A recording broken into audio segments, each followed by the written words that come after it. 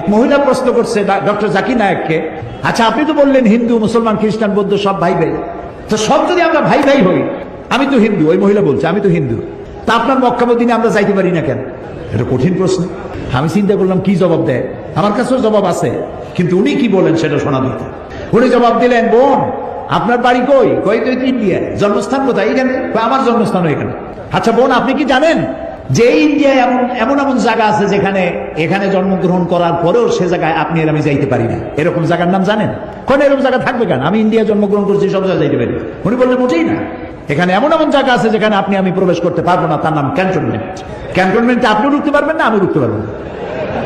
ক্যান্টনমেন্টে ঢুকবে যারা নিরাপত্তার দায়িত্বে, দেশ রক্ষার দায়িত্বে যারা আছে, যে কোনো মুহূর্তে ডাক দিয়ে বলে জান দেওয়ার জন্য, রক্ত দেওয়ার জন্য, জীবন দেওয়ার জন্য ঝাঁপায় পড়বে, সেসব সেনাবাহিনীর জন্যই ক্যান্টনমেন্ট তৈরি করা হয়। ওখানে আপনি আর আমি যাইতে পারবো না। ইসলামের একটা ক্যান্টনমেন্ট আছে, সেটার নাম মক্কা আর মদিনা। ওইখানে ওই সব লোকেরাই যেতে পারে যারা আল্লাহর জন্য জান দিতে পারে, মাল দিতে পারে, রক্ত দিতে পারে। প্রিয় বোন, আপনিও যেতে পারবেন।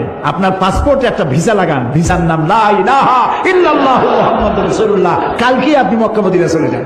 কি সুন্দর জবাব! আমার খালি দোয়াই আসলো যে আল্লাহ তাআলা কি ব্রেন তুমি তাকে দিয়েছো, সুবহানাল্লাহ।